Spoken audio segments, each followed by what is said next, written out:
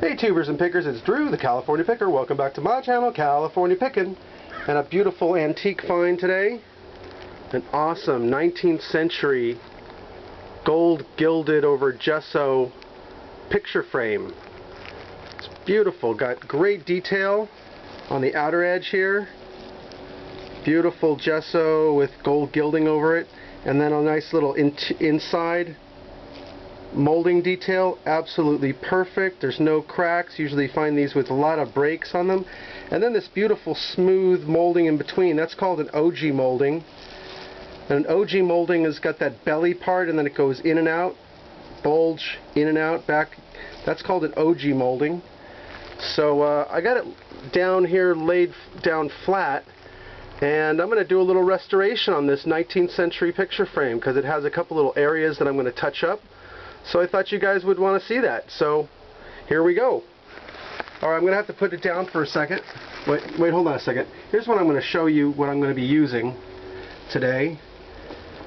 This is liquid leaf. And it's an oil-based, I believe, or solvent-based gold metallic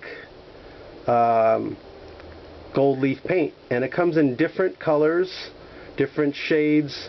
There's lighter golds, there's darker golds, there's more coppery looking golds, bronze. So what you kind of have to do is whatever you're going to match and whatever you're going to repair, you might want to bring the item to the paint store and try to see if you can match it. But in lieu of that, what you do is you buy 4 or 5 of these and keep them on hand, and they're good for a long time. They last for 10-15 years if you have them, you know, tightened down with the top. So I'm doing this with one hand today, so this is going to be a little difficult. And I'm going to put it aside here.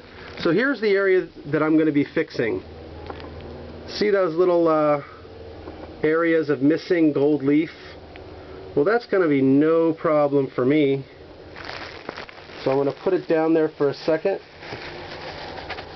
I'm going to get my trusty Q-tip, because I do lots of restoration with a Q-tip, guys.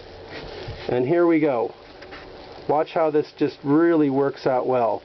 Now you just dab it very lightly. You of course do a little test patch to make sure you got the right color.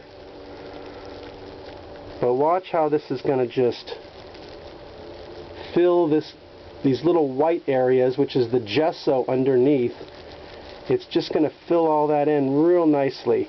I don't use too much paint, too much gold leaf at any one given time. It's very messy, and you don't want a bunch of blobs. So you just want to do this real slowly, carefully, like an archaeologist.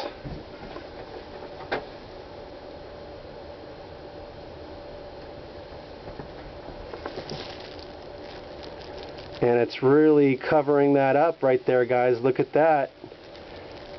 And I think, see how I'm just dabbing it a little bit? I'm not stroking too hard. I'm just dabbing it, getting it in those little grooves there. I'm not pulling away the gesso because the gesso could snag on the cotton.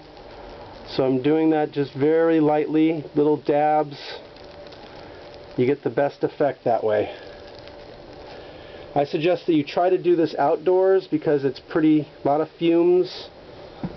I had too much glare outside today, so I couldn't do it. I mean, I could, but I chose to come in here indoors. So I'm going to move along here to this other little area that needs the little, so not too much, because then that's when somebody can tell that there's been a restoration. You just want to just barely cover up those little spots. See how that's working out? So less is more on this. When it comes to restoration, you want to just try to do the very least so that you don't go too far. But coming around the mountain here, there are several little areas that I'm going to be touching up, and they just, wow, they're just, the stuff is working out great. Here's another little area. Now I bought this picture frame because I have a piece of art that I really want to restore, and the piece of art that I want to restore, or put into a frame rather, I don't want to restore it, I want to put it into a frame, is the dimension is 12 by 15, which is a very hard size. It's not a standard size that you could get at Aaron Brothers or anywhere else. I mean, they do have them, but I think 12 by 15 is a European size, and the painting that I want to frame is a European painting. So I ran around for a couple months trying to find the right frame, and it's very difficult, and I could look around for a lot longer, but I found this frame. This frame is 12 by 14. So this leaves me the option of, let me flip it around, sorry that you missed that other side. Let's see how I'm just doing that. Just filling in those little white spots. Anyways, you got the idea. You don't have to be a